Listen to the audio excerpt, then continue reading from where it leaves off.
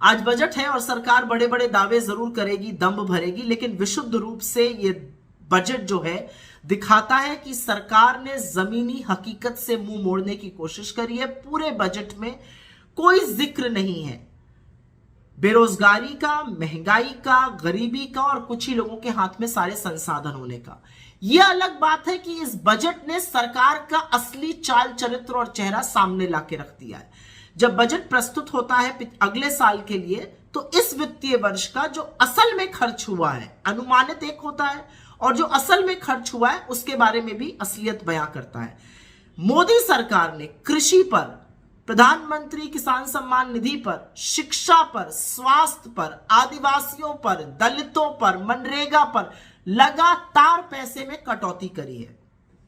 कृषि के लिए कहा था 83,000 करोड़ से ज्यादा खर्चा करेंगे, खर्चा किया मात्र 76,000 करोड़।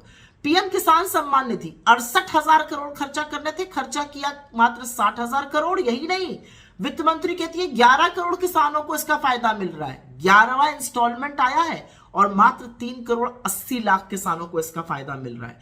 शिक्षा पर बड़ा दम्भ भरा गया था इस साल, 1,04,000 करोड़ रुपए खर्चा होंगे। खर्चा असल में हुए 99,000 करोड़ रुपए।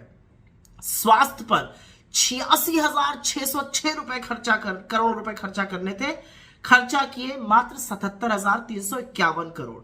यही नहीं, आदिवासियों के डेवलपमेंट के लिए 4,111 करोड़ रुपए आवंटित किए गए थे, खर्चा कितने किए गए? 3,800 करोड़ रुपए। दलितों के लिए आवंटित किए गए थे 8,710 करोड़ रुपए और खर्चा कितने किए गए? 7,722 करोड़ रुपए। मनरेगा पर, जो कि एक अकेली जिसको कहते हैं संजीवनी था ग्रामीण इलाकों में, सरकार ने 73,000 करोड़ रुपए रखे थे, खर्च करीब 90,000 करोड़ करने पड़े। लेकिन इस साल फिर से मनरेगा का बजट काटकर 60,000 करोड़ रुपए खर्च कर दिया गया है। तो इस सरकार की क्या प्राथमिकता है, यह सिर्फ सरकार ही समझा सकती है। लेकिन शिक्षा पर, स्वास्थ्य पर, ऐसी चीजों पर खर्चा कैसे नहीं किया जा सकता है। एक बहुत बड़ी बात बताई जा रही है कि टैक्स में बड़ी उपलब्धि हुई, मिडिल क्लास को बड़ा टैक्स मिलेगा।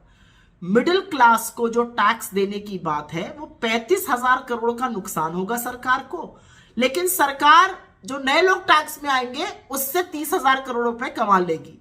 तो इस हाथ से देगी और इस हाथ से लेगी। वस्तुतः टैक्स का फायदा जो बहुत खरबपति लोग हैं उन्हीं को होगा, सुपर रिच को, क्योंकि वोट स्लैब काफी कम किया गया है।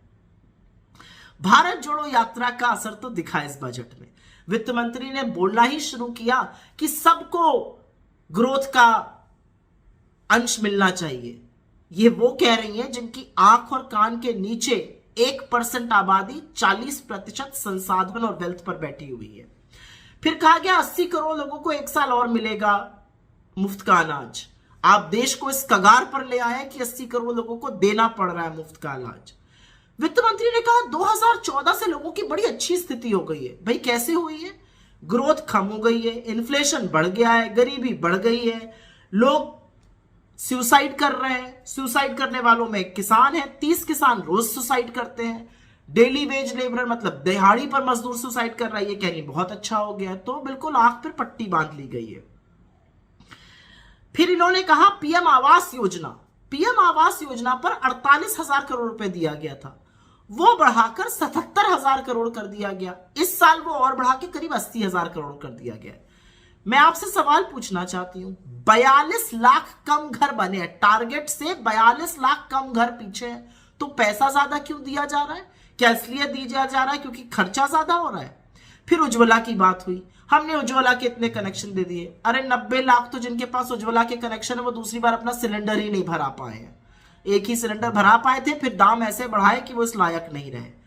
छोटे, लघु और मध्यम उद्योग की बात करते वक्त तो इन लोगों को शर्म आ जानी चाहिए। फिर से उनके लिए एक लोन मेला लगा दिया गया। छोटे, लघु, मध्यम उद्योगों को जरूरत है मदद की। सरकारी तौर पर लोन नहीं चाहिए उनको आपकी मदद चाहिए। तो बहुत सारी ऐसी चीजें हैं इस बजट में जो गड़बड़ है। ग्रामीण क्षेत्र के विकास के लिए पैसा काट दिया गया है। और यही नहीं, महिलाओं के लिए, क्योंकि बड़ा दम्भ भरती है कुछ महिलाएं इस सरकार में, महिलाओं का पैसा भी काटा गया है। महिलाओं पर वात्सल्य जो एक योजना है और जो मिशन शक्ति योजना है उस पर भी पैसा काटा गया है। मिशन शक्ति में 3000 करोड़ रुपए थे, खर्चा सिर्फ 2280 करोड़ हुए। वात्सल्य में 1472 करोड़ पैसा दिया गया था, 1100 करोड़ खर्चा हुआ। फिर से वही वाला काटने का हिसाब है। तो मोटे तौर पर इस बजट में ऐसा कुछ नहीं है जिससे कि नौकरी बढ़ेगी, निवेश आएगा और ग्रोथ आएगी। ये बजट विशुद्ध रूप से स्टॉक मार्केट वालों के लिए, खूब अमीर लोगों के लिए, ईवी इलेक्ट्रिक व्हीकल वालों के लिए, ग्रीन हाइड्रोजन एमिशंस, इसका बेरोजगारी पर, महंगाई पर, किसानों पर, मजदूरों पर क्या फायदा होगा, इतना हमें समझाने की कोशिश वित्त मंत्री जरूर करें।